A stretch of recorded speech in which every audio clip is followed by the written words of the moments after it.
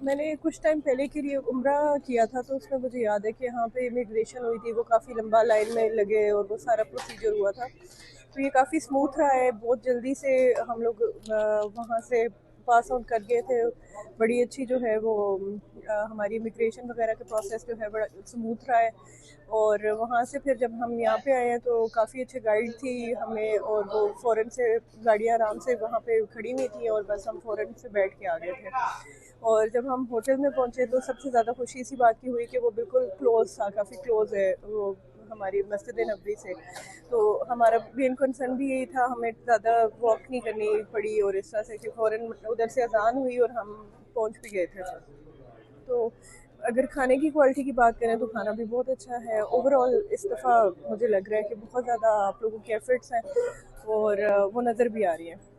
जैसा कि मैं लास्ट कुछ ईयर से सुन रही थी कि इतने अच्छे इंतजाम नहीं होते थे और कुछ प्रॉब्लम्स फेस करने को मिल रहे थे हाजियों को, जो कि काफ़ी चीज़ें हाईलाइट भी हो रही थी। तो मुझे लग रहा है कि इस दफ़ा आप लोगों के काफ़ी जो है वो एफर्ट्स हैं वो नज़र भी आ रही है। लास्ट कुछ ईयर से मैं देख रही थी कि काफ़ी ज़्यादा कुछ प्रॉब्लम्स फेस करने को मिल रहे थे हाजियों को, जिनकी वजह से सोशल मीडिया पे भी काफ़ी एक्टिव कंप्लेंट्स चल रही थी।